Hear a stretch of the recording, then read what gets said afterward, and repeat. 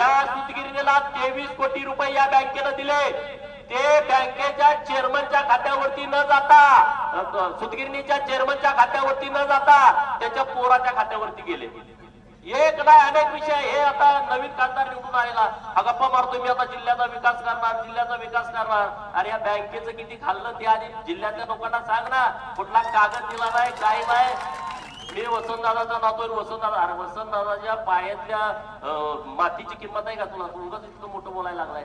हा, जे पैसे दिले या बँकेनं वसंतदादा कारखान्याला, ते स्वप्नपूर्ती कुठली कंपनी स्थापन केले त्याच्याकडे ते सगळे पैसे वरच केले. या बँकेच्या हरामखोर एमडीने त्याचं कुठलं तिथं तारण सुद्धा घेतलं नाही. एवढे मोठे पैसे देता तुम्ही आणि त्याचं तारण तुम्ही बँकेत घेत नाही. 2-2, 3-3 महिने या एमडीकडे कागद येत नाही. एमडीला माझं सांगणं आहे, फुटानं डोक्याची केस काढली जातील जर परत परती केली तर. अरे आमचा एखादा शेतकरी तुमच्याकडे जेव्हा कर्ज मागायला येतो तेव्हा ते तुमचे इन्स्पेक्टर तिथं जातात. तुझ्या रानात काय आहे का? रानात आहे, दाखवलं ही द्राक्ष आहे, हे डाळिंब आहे, हा ऊस आहे, तरी त्याला तुम्ही कर्ज देत नाही. बर या सगळ्या लोकांची कागद न घेता त्यांना 25-25, 30-30, 40-40, 50-50 कोटी रुपये तुम्ही देता. अरे कसं काय देताय तुम्ही? इथून पुढे ही असली दादागिरी तुमची चालणार नाही. संचालकाच्या मंडळाच्या शिफारसीने तुम्ही किती कर्ज दिली हो या जिल्ह्यातल्या लोकांना? 50-50 लाख. अरे त्याची 1 रुपयाची पत गावात नाही. गावातलं ववाळून टाकलेला माणूस त्याला तुम्ही 50-50 लाखाचं कर्ज देताय. तो माझ्या संचालकाच्या जवळच आहे. संचालक, अरे संचालकाच्या बापाची बँक आहे का ही बँक आमची सभासद शेतकऱ्यांची बँक आहे. आणि त्यामुळं इथून पुढे जे चालल ते सहकार कायद्याच्या नुसार चालेल. तुम्ही मनमानी कराल त्या पद्धतीनं या जिल्ह्यामध्ये, जिल्हा बँकेमध्ये चालणार नाही.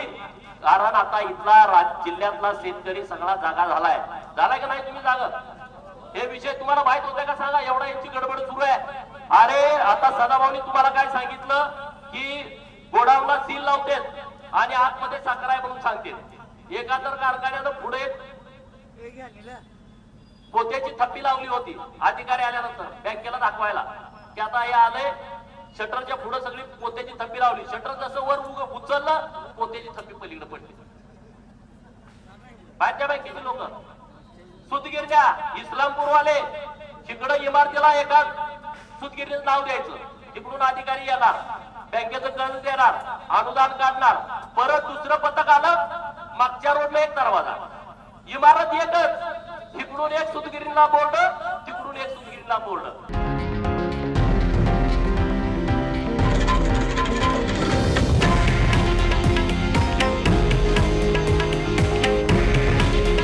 हे आहे देशातील नंबर 1 न्यूज नेटवर्क आणि आपण पाहत आहात TV9 मराठी. काळजी तुमची, हित महाराष्ट्राचं.